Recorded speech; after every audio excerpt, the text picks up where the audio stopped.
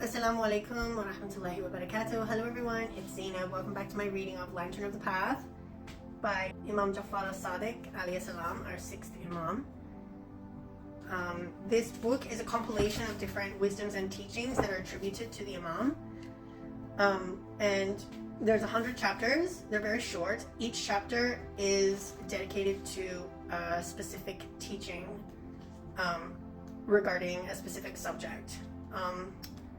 For example, there's a chapter on lowering the gaze, there's a chapter on walking, there's a chapter on knowledge, giving judgment, enjoining what is good and forbidding what is evil, how the men of knowledge are ruined, guarding oneself, thankfulness, leaving your home, reciting the Quran, dress, showing off, truthfulness, sincerity, precaution, God-fearingness, sleep, pilgrimage, charity, intention, remembrance, the ruin of the reciters, clarification of truth and falsehood, and many more.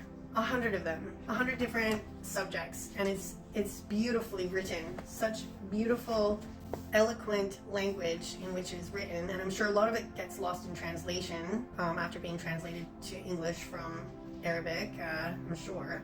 And it's just funny because someone commented on one of my videos of me reading from this book on my YouTube channel and said, "You're reading a book that are from the Shia, who are liars and deceivers and brainwashed," or something along those lines, right?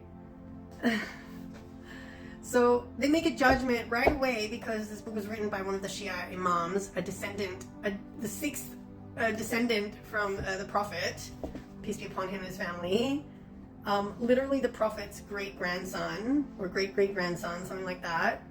But because he's considered a Shia, and without even listening to the content of what's in this book, the wisdom, the unending wisdom that covers so many different topics in this book, there's a judgment that's passed right away that this book must be full of lies and deceit and brainwashing, indoctrination, because people want to have people's ears are closed and their hearts are sealed and their eyes are blind, and they don't want to take this veil of ignorance off of their eyes or their hearts, and it's quite sad. It's really sad. It's sad and pathetic that they just want to continue living in their bubble of ignorance and not open their hearts and learn. Heaven forbid, learn anything that a Shia Imam has to say, a descendant of the Prophet, peace be upon him and his family. Heaven forbid. Heaven forbid they might learn something. Oh, God, it's just pathetic. Anyways, I'd like to read to you today chapter 80, which is called Striving and Discipline, inshaAllah. Okay, in the name of Allah, most gracious, most merciful, all praise belongs to him, and peace and blessings to Prophet Muhammad and his pure progeny, whom I love dearly.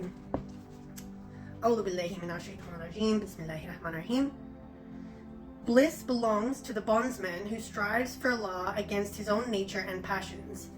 He who then defeats his passion wins God's pleasure, and the one whose intellect leaves behind the self which commands evil through his striving, submission, and humanity in the service of Allah has won a great victory.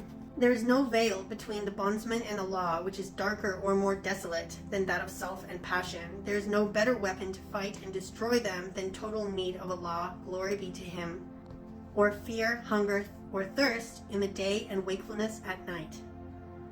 When a person possessing these traits dies, he dies a martyr. If he lives according to the straight path, his end will take him to the greatest pleasure of Allah.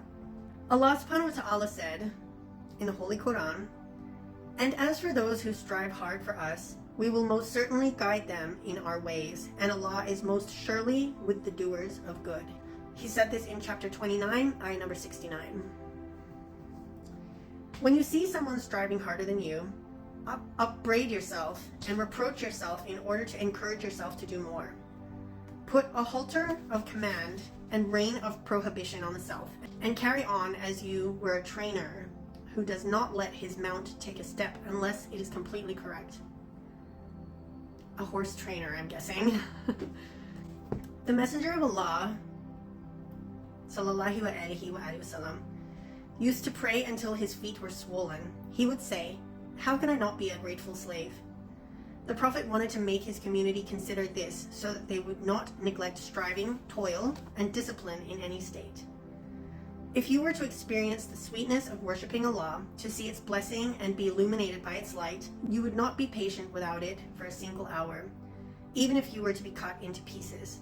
No one turns away from it without being denied such benefits of protection and success from Allah as were attained by his forefathers. Rabbi ibn Quthaym was asked why he did not sleep at night. He replied, "Because I fear to spend the night in sleep." And that was his reply. Okay, thank you for joining me, and I hope you will, heaven forbid, learn something from this wisdom that was shared with us by our blessed sixth Imam, Imam As-Sadiq alayhi salam. I hope you'll stay tuned till my next video, inshallah. Until then, stay blessed.